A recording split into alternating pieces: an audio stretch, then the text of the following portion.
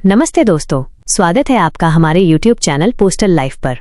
मेरा नाम अमृत है और हम यहाँ आपकी हर पोस्टल एग्जाम की तैयारी को आसान और प्रभावी बनाते हैं। चाहे आप GDS से MTS, postman, mail guard, assistant, sorting assistant या फिर IPO और SPO के एग्जाम्स की तैयारी कर रहे हो, हम आपके साथ हैं हर कदम पर। आज की वीडियो का टॉपिक है GDS ऑल प्रमोशन एग्जाम्स के लिए मोस्ट इम्पॉर्टेंट क्वेश्चंस। ये क्वेश्चंस एक स्पेशल PDF सामान्य ज्ञान 18A से लिए गए हैं, जो आपके सिलेबस के हिसाब से बिल्कुल परफेक्ट हैं। इस वीडियो में हम general knowledge, departmental GK, reasoning और मैथमेटिक्स के टॉप क्वेश्चंस कवर करेंगे और हर एक को इतनी डिटेल में एक्सप्लेन करेंगे कि आपको क्लासरूम में पढ़ने जैसा फील हो। वीडियो थोड़ी लंबी होगी, करीब 45 से 50 मिनट की, तो अपना पेन, नोटबुक और चाय का कप रेडी रखें। और हाँ, अगर आपने अभी तक हमारा चैनल सब्सक्राइब नहीं किया तो अभी के अभी सब्सक्राइब बटन दबाइए, बेल आइकन प्रेस करिए और हमारे WhatsApp चैनल और Instagram पेज को फॉलो करना न भूलिए। लिंक्स डिस्क्रिप्शन में हैं। चलिए बिना टाइम वेस्ट किए शुरू करते हैं।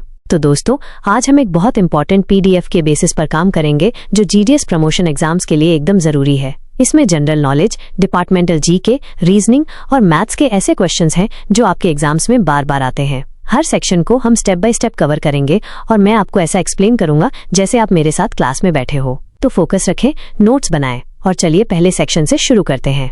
General knowledge. Section 1, general knowledge. दोस्तों, जनरल नॉलेज सेक्शन आपकी इकोनॉमिक और फाइनेंशियल अवेयरनेस को टेस्ट करता है और GDS से हायर पोस्ट तक के एग्जाम्स में इसका वेटेज काफी होता है। ये सेक्शन आपको इंडिया के फाइनेंशियल सिस्टम और पॉलिसीज के बारे में अपडेट रखता है। चलिए देखते हैं इस PDF के 5 मोस्ट इंपॉर्टेंट क्वेश्चंस और उनके जवाब, और हर एक को डिटेल में समझते हैं। क्वेश्चन 1, हिंदी। भारतीय रिजर्व बैंक RBI की स्थापना कब हुई थी? English, when was the reserve bank of India RBI की established? Options: A 1 April 1935, B 15 August 1947, C 26 January 1950, D 1 July 1940। Answer: A 1 April 1935। Explanation. दोस्तों, RBI की स्थापना 1 अप्रैल 1935 को हिल्टन यंग कमीशन की सिफारिश पर हुई थी। ये इंडिया का सेंट्रल बैंक है जो करेंसी इशू करता है, मॉनेटरी पॉलिसीज बनाता है और फाइनेंशियल स्टेबिलिटी मेंटेन करता है।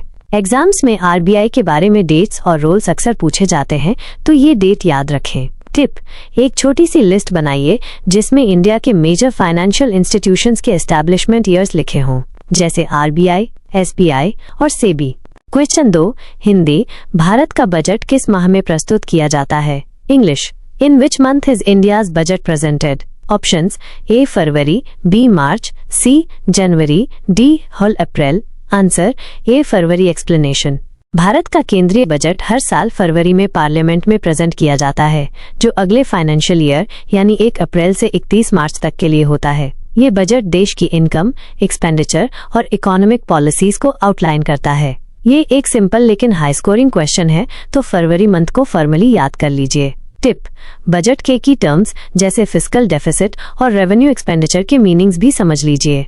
क्वेश्चन 3, हिंदी। भारत में GST कब लागू हुआ था? English, when was GST implemented in India? Options: A 1 July 2017, B 1 April 2016, C 15 August 2018, D 26 जनवरी 2017।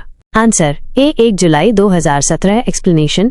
गुड्स एंड सर्विसेज टैक्स यानी GST 1 जुलाई 2017 को इंडिया में इम्प्लीमेंट किया गया था। ये एक यूनिफाइड टैक्स सिस्टम है जो मल्टीपल इनडायरेक्ट टैक्सेस जैसे VAT और सर्विस टैक्स को रिप्लेस करता है। GST ने टैक्स सिस्टम को सिंप्लीफाई किया और इकोनॉमिक इंटीग्रेशन को बढ़ाया।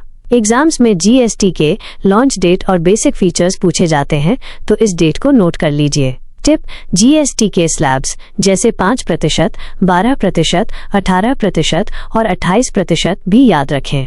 क्वेश्चन 4, हिंदी। भारत का सबसे बड़ा सरकारी बैंक कौन सा है? English, which is the largest public sector bank in India? Option: A state bank of India, SBI, B Punjab national bank, C bank of Baroda, D Canara bank. Answer: A state bank of India, SBI। Explanation. SBI Bharat का सबसे बड़ा public sector bank है जो अपनी assets और branches के network के basis पर नंबर 1 है। इसके पास कस्टमर्स का बड़ा बेस है और ये फाइनेंशियल सर्विसेज में लीडर है। ये क्वेश्चन एग्जाम्स में फ्रीक्वेंटली आता है क्योंकि बैंकिंग सेक्टर के मेजर प्लेयर्स का नॉलेज जरूरी है। Tip: top 5 public sector banks के नेम्स और उनके हेडक्वार्टर्स याद कर लीजिए। क्वेश्चन 5, हिंदी। भारत में नोटबंदी कब घोषित की गई थी? English, when was demonetisation announced in India? Options A 8 नवंबर 2016, बी 15 अगस्त 2015, सी 26 जनवरी 2017, डी 1 जुलाई 2016। आंसर ए 8 नवंबर 2016। एक्सप्लेनेशन, नोटबंदी यानी डिमोनेटाइजेशन 8 नवंबर 2016 को प्राइम मिनिस्टर नरेंद्र मोदी द्वारा अनाउंस की गई थी, जिसमें 500 और 1000 रुपए के पुराने नोट्स बंद कर दिए गए थे। इसका मकसद ब्लैक मनी, करप्शन और फेक करेंसी को रोकना था।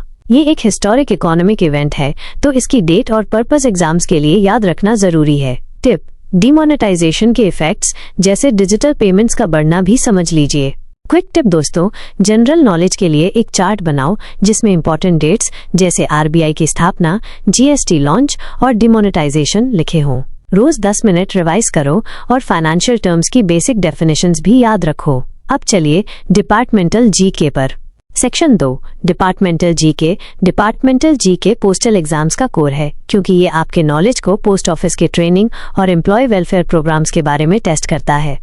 ये सेक्शन एमटीएस, पोस्टमैन और आईपीओ जैसे एग्जाम्स के लिए बहुत क्रिटिकल है। चलिए इसके 5 क्वेश्चंस देखते हैं और उनको डिटेल में समझते हैं। क्वेश्चन 1, हिंदी, डाक विभाग का प्रमुख प्रशिक्षण केंद्र कहाँ स्थित है? English, where is the main training centre of the postal department located?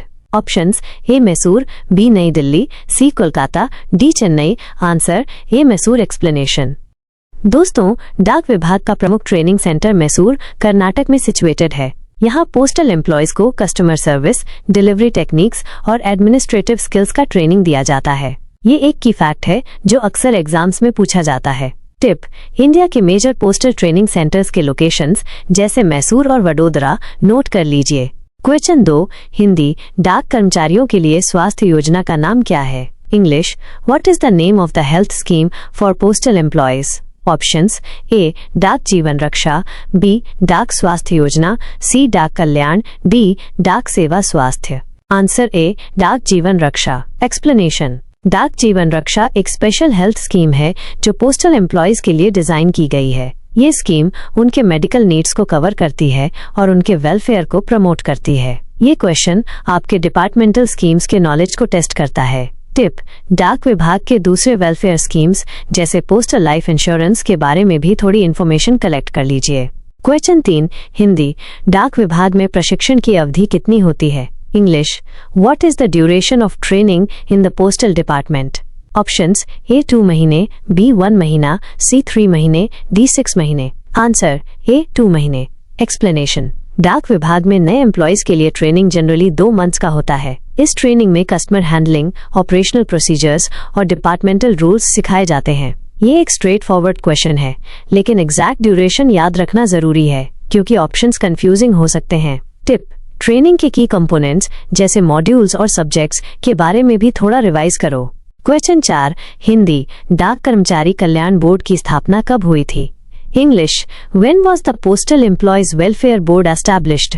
Options A 1964, B 1950, C 1972, D 1980। Answer A 1964। Explanation, डाक कर्मचारी कल्याण बोर्ड की स्थापना 1964 में हुई थी, जो पोस्टल एम्प्लॉयज के वेलफेयर और बेनिफिट्स के लिए काम करता है, जैसे हाउसिंग, मेडिकल फैसिलिटीज और फैमिली सपोर्ट। ये एक हिस्टोरिकल फैक्ट है जो एग्जाम्स में हाई स्कोरिंग होता है। टिप, वेलफेयर बोर्ड के मेजर फंक्शंस और दूसरे पोस्टल वेलफेयर प्रोग्राम्स के ईयर्स भी याद रखें। क्वेश्चन 5, हिंदी, डाक प्रशिक्षण में कौन सा विषय प्रमुख है? English, which subject is prominent in postal training? Options A ग्राहक सेवा, बी लेखा प्रबंधन, सी डिलीवरी तकनीक, डी थेक सभी। आंसर डी सभी। एक्सप्लेनेशन, डाक ट्रेनिंग में कस्टमर सर्विस, अकाउंट मैनेजमेंट और डिलीवरी टेक्निक्स सभी सब्जेक्ट्स इक्वली इंपॉर्टेंट होते हैं। ये ट्रेनिंग एम्प्लॉयज को ऑल राउंड स्किल्स देता है ताकि वो अपने रोल्स एफिशिएंटली परफॉर्म कर सकें। ये क्वेश्चन आपके होलिस्टिक अंडरस्टैंडिंग को टेस्ट करता है। टिप, हर सब्जेक्ट के की एस्पेक्ट्स जैसे कस्टमर सर्विस के लिए कम्युनिकेशन स्किल्स याद कर लीजिए। क्विक टिप, डिपार्टमेंटल जीके के लिए डाक विभाग की ऑफिशियल वेबसाइट से लेटेस्ट स्कीम्स और ट्रेनिंग प्रोग्राम्स के अपडेट्स पढ़ें। एक नोटबुक में हर स्कीम और बोर्ड का समरी लिखें और वीकली रिवाइज करो। अब चलिए रीजनिंग सेक्शन पर। सेक्शन 3 रीजनिंग सेक्शन आपकी लॉजिकल थिंकिंग और प्रॉब्लम सॉल्विंग स्किल्स को टेस्ट करता है, जो डिलीवरी रूट्स प्लान करने या डेटा मैनेज करने के लिए जरूरी है। ये सेक्शन थोड़ा ट्रिकी हो सकता है, लेकिन प्रैक्टिस से आप इसमें मास्टर बन सकते हैं। चलिए इसके 5 क्वेश्चंस देखते हैं। क्वेश्चन 1 हिंदी, यदि x y का भाई है और y z की माँ है तो x का z से क्या संबंध है? English, If X is Y's brother and Y is Z's mother, what is X's relation to Z? Options: A mama, B पिता, C भाई, D भाई दादा। Answer: A mama explanation. दोस्तों, यहाँ पर X Y का भाई है और Y Z की माँ है। इसका मतलब Y और X सिबलिंग्स हैं और Y ने Z को जन्म दिया है, तो X Z का मामा होगा। ये ब्लड रिलेशन क्वेश्चन है, तो फैमिली ट्री डायग्राम बना के सॉल्व करना आसान होता है। टिप: ब्लड रिलेशन के लिए एक छोटा सा चार्ट बनाओ जिसमें कॉमन रिलेशंस जैसे मामा, चचा, भाई याद रखें। क्वेश्चन 2 हिंदी, 1 मार्च 2025 को शनिवार था। 28 अप्रैल 2025 को कौन सा दिन था? English, if 1 March 2025 was a Saturday, what day was 28 April 2025? Options: A सोमवार, बी रविवार, सी मंगलवार, डी बुधवार। आंसर: ए सोमवार एक्सप्लेनेशन। चलिए कैलकुलेट करते हैं। 1 मार्च से 28 अप्रैल तक टोटल डेज गिनेंगे। मार्च में 31 डेज और अप्रैल में 28 डेज, तो टोटल 31 + 28 = 58 डेज। अब 58 डेज को 7 से डिवाइड करेंगे। 58 डिवाइडेड बाय 7 = 8 वीक्स और 2 डेज बचता है। तो 1 मार्च सैटरडे था, 2 डेज आगे जाएं। सैटरडे जोड़ 1 = संडे, संडे जोड़ 1 = मंडे। इसका मतलब 28 अप्रैल मंडे होगा। ये कैलेंडर बेस्ड क्वेश्चन है, तो डेज और वीक्स के कैलकुलेशन की प्रैक्टिस करो। टिप: 2025 का कैलेंडर देखें और की डेट्स के लिए डेज याद कर लीजिए। क्वेश्चन 3 हिंदी, कथन, सभी फूल सुंदर हैं, कुछ सुंदर चीजें रंगीन हैं। निष्कर्ष, कुछ फूल रंगीन हैं। English, statement, all flowers are beautiful, some beautiful things are colourful. Conclusion, some flowers are colourful. Options: A सही, बी गलत, सी शायद, डी नहीं कह सकते। आंसर: डी नहीं कह सकते। एक्सप्लेनेशन, इस क्वेश्चन में 2 स्टेटमेंट्स हैं। पहला, सभी फूल सुंदर हैं। दूसरा, कुछ सुंदर चीजें रंगीन हैं। लेकिन ये जरूरी नहीं कि फूल जो सुंदर हैं वो रंगीन भी हों। हो सकता है कुछ फूल रंगीन हों, लेकिन इसके लिए कोई डेफिनेट प्रूफ नहीं है, तो निष्कर्ष नहीं कह सकते होगा। ये लॉजिकल रीजनिंग का क्वेश्चन है, तो वेन डायग्राम्स बनाकर प्रैक्टिस करो। टिप: लॉजिकल कंक्लूजन्स के लिए डेफिनेट और पॉसिबल का डिफरेंस समझ लीजिए। क्वेश्चन 4 हिंदी, यदि ए बी का पिता है और बी सी का भाई है तो ए का सी से क्या संबंध है? English, if A is B's father and B is C's brother, what is A's relation to C? Options: A पिता, बी चाचा, सी दादा, डी भाई। आंसर: ए पिता एक्सप्लेनेशन। यहाँ ए बी का पिता है और बी सी का भाई है। इसका मतलब ए दोनों बी और सी का फादर है। ये एक सिंपल ब्लड रिलेशन क्वेश्चन है, लेकिन ऑप्शंस ध्यान से पढ़ें क्योंकि गलती हो सकती है। टिप: फैमिली रिलेशंस के लिए एक ट्री डायग्राम बनाने की आदत डाल लो, इससे क्लैरिटी मिलती है। क्वेश्चन 5 हिंदी, 15 अगस्त 2025 को शुक्रवार है। 15 सितंबर 2025 को कौन सा दिन होगा? English, if 15 August 2025 is a Friday, what day will 15 September 2025 be? Options: A सोमवार, B रविवार, C मंगलवार, D शुक्रवार। Answer: शुरू A सोमवार। Explanation: 15 अगस्त से 15 सितंबर तक गिनेंगे। अगस्त के 16 से 31 तक 16 डेज और सितंबर के 1 से 15 तक 15 डेज, तो total 16 + 15 = 31 days. 31 divided by 7 = 4 weeks और 3 डेज। तो फ्राइडे के 3 डेज बाद Friday +1 = Saturday, Saturday +1 = Sunday, Sunday +1 = Monday. तो 15 सितंबर मंडे होगा। ये क्वेश्चन टाइम मैनेजमेंट टेस्ट करता है, तो क्विक कैलकुलेशंस प्रैक्टिस करो। टिप: कैलेंडर क्वेश्चंस के लिए शॉर्टकट मेथड्स जैसे ऑड डेज कॉन्सेप्ट सीख लीजिए। क्विक टिप रीजनिंग के लिए रोज 5-10 क्वेश्चन सॉल्व करो, खासकर ब्लड रिलेशंस, कैलेंडर और लॉजिकल रीजनिंग पर फोकस रखें। एक छोटा सा नोटबुक बनाओ जिसमें कॉमन पैटर्न्स और शॉर्टकट्स लिखे हों। अब चलिए मैथ सेक्शन पर। सेक्शन 4 मैथमेटिक्स मैथ सेक्शन आपके कैलकुलेशन और प्रॉब्लम सॉल्विंग स्किल्स को टेस्ट करता है, जो पैकेजेस के डायमेंशंस, डिलीवरी कॉस्ट्स या टाइम मैनेजमेंट के लिए यूजफुल है। ये सेक्शन थोड़ा प्रैक्टिस मांगता है, लेकिन सही अप्रोच से आप इसमें फुल मार्क्स ला सकते हैं। चलिए इसके 5 क्वेश्चंस देखते हैं। क्वेश्चन 1, हिंदी। एक वस्तु 25% लाभ पर 1250 रुपए में बेची जाती है। क्रय मूल्य क्या था? English, an item is sold at A 25% profit for 1250 रुपए। What was the cost price? Options A 1000 रुपए, बी 1100 रुपए, सी 1200 रुपए, डी 900 रुपए। आंसर ए 1000 रुपए। एक्सप्लेनेशन। प्रॉफिट परसेंटेज का फॉर्मूला है selling price equals cost price जोड़ प्रॉफिट प्रतिशत गुणा कॉस्ट प्राइस। यहाँ सेलिंग प्राइस 1250 है और प्रॉफिट 25%, तो 1.25 गुणा कॉस्ट प्राइस इक्वल्स 1250। इससे cost price equals 1250 divided by 1.25 equals 1000 रुपए। ये एक बेसिक प्रॉफिट लॉस क्वेश्चन है, तो फॉर्मूला याद रखें। टिप: प्रॉफिट और लॉस के क्वेश्चंस के लिए परसेंटेज को डेसिमल्स में कन्वर्ट करना सीख लीजिए, जैसे 25% इक्वल्स 1.25। क्वेश्चन 2, हिंदी। एक पाइप 15 घंटे में टंकी भरता है, दूसरा 10 घंटे में। दोनों एक साथ कितने समय में भरेंगे? English, one pipe fills a tank in 15 hours, another in 10 hours. How long will they take together? Options A 6 घंटे, बी 5 घंटे, सी 7 घंटे, डी 8 घंटे। आंसर ए 6 घंटे। एक्सप्लेनेशन। पाइप सिस्टम क्वेश्चंस में कंबाइंड वर्क रेट कैलकुलेट करते हैं। पहला pipe 1/15 tank per our भरता है, दूसरा 1/10 टैंक पर आवर। दोनों का कंबाइंड रेट इक्वल्स 1/5 जोड़ 1/10 इक्वल्स 2 जोड़ 3 30 equals 5 divided by 30 equals 16 tank per hour. तो पूरा टैंक भरने में time equals 1 divided by 6 equals 6 hours. ये question work rate concept test करता है। टिप: एलसीएम मेथड से कंबाइंड वर्क क्वेश्चंस जल्दी सॉल्व करो। क्वेश्चन 3, हिंदी। 1200 का 30% कितना होगा? English, what is 30% of 1200? Options A 360, B 300, C 400, D 350। Answer A 360। Explanation. Percentage calculate करना सिंपल है।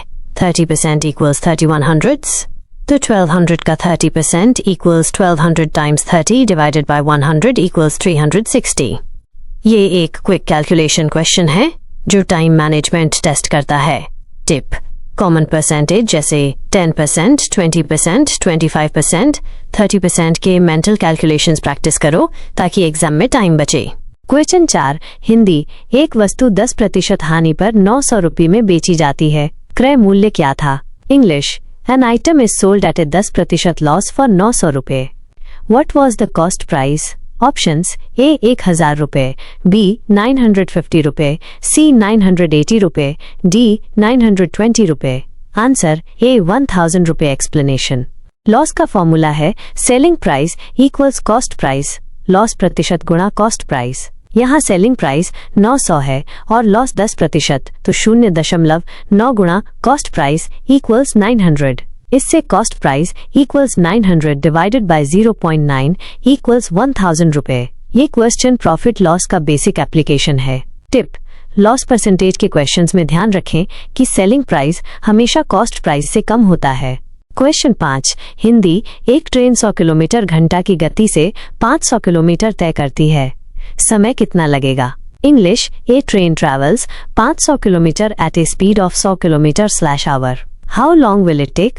ऑप्शंस ए 5 घंटे, बी 6 घंटे, सी 4 घंटे, डी 7 घंटे। आंसर ए 5 घंटे। एक्सप्लेनेशन। टाइम का फॉर्मूला है टाइम इक्वल्स डिस्टेंस भाग स्पीड।